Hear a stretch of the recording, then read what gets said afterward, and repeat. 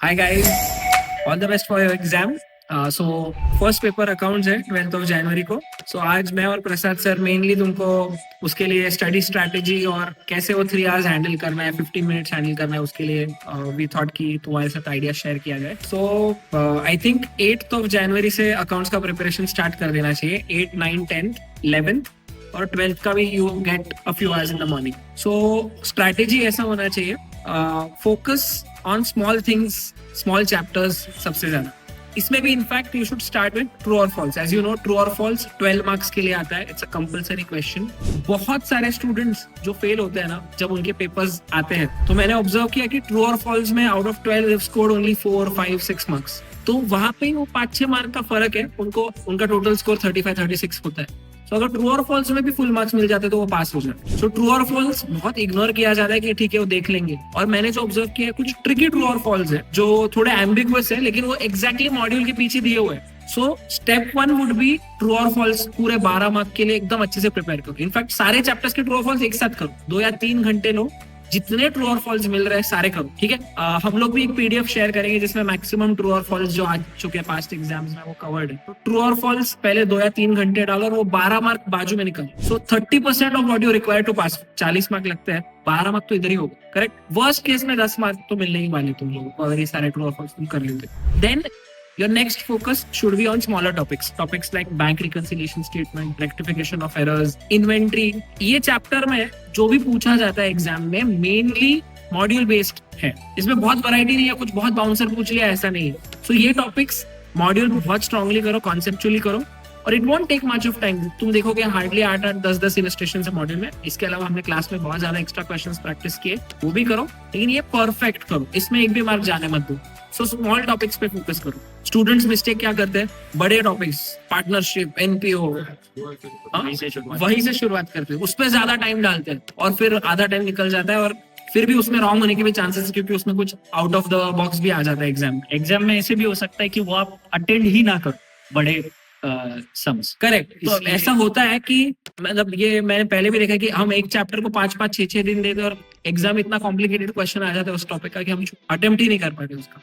मतलब क्वेश्चन पढ़ने का भी टाइम नहीं. सो इसीलिए focus on small topics. BRS, rectification, फिर inventory, then bill of exchange, then you can move to company accounts. Company accounts बहुत conceptual journal entry based topic है.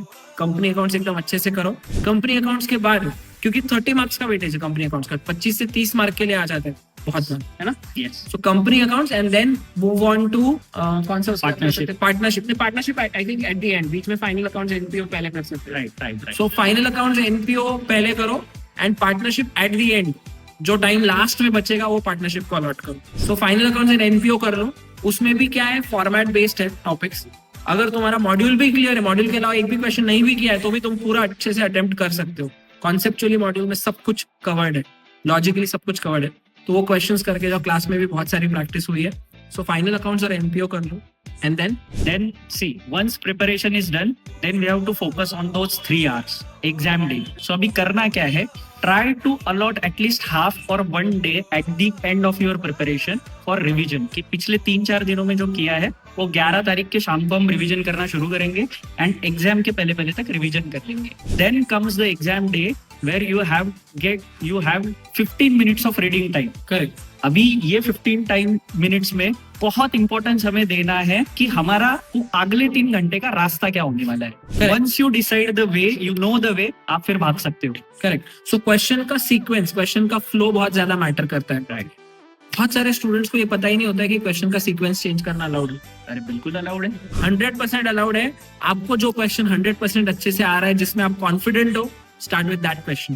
Correct. जैसे अगर क्वेश्चन 4 एकदम देखा हुआ क्वेश्चन है और अभी सुबह रिवाइज किया हुआ है, वो सेम आया हुआ है, तो उससे शुरुआत करो, तो तुम्हारा खुद का भी कॉन्फिडेंस बढ़ेगा. क्या होता है ना, हम डर जाते हैं. पहली बार सीए का एग्जाम दे रहे हैं, उसका फर्स्ट पेपर है, तो हम अलग पैनिक मोड में रहते तभी. करेक्ट. और उसमें अगर कोई कॉम्प्लिकेटेड क्वेश्चन उठा लिया और वो टैली नहीं हुआ ना, पूरा एग्जाम का वाट लग जाता है. सो बहुत इंपॉर्टेंट है वो 3 आवर्स तुम कैसे हैंडल करो. खुद को बहुत काम रखो एंड ऐसे क्वेश्चन से शुरुआत करो जिसमें तुमको 100% कॉन्फिडेंस है. Whatever you know the best. See 15 minute में your first objective should be, एक सबको पता है एक क्वेश्चन ऑप्शन के लिए आता है. So first objective is which question is not to be attempted.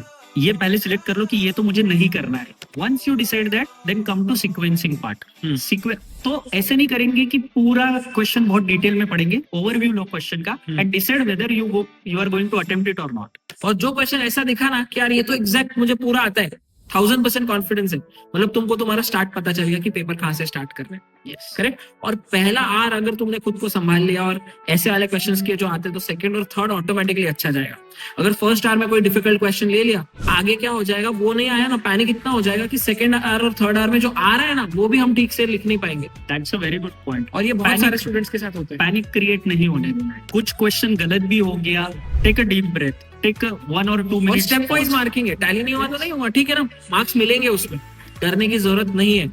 Institute चाहती है कि तुम डरो, ये बिल्कुल डरना नहीं है अपने को. We have to give our best. तो अब उस 3 आवर्स में तुमको खुद को बहुत अच्छे से संभालना है, बिल्कुल भी पैनिक पैनिक क्रिएट नहीं होना चाहिए. Panic पैनिक create होना नहीं. ही नहीं चाहिए. And stick to our rule. मेरे स्टूडेंट्स को पता है 1 mark is equal to 1.8 minutes. Correct. Stick to that rule. 10 marks का क्वेश्चन है, 18 मिनट्स देंगे, ज्यादा से ज्यादा 20 मिनट देंगे. नहीं आ रहा है छोड़ दो, move on to the next one.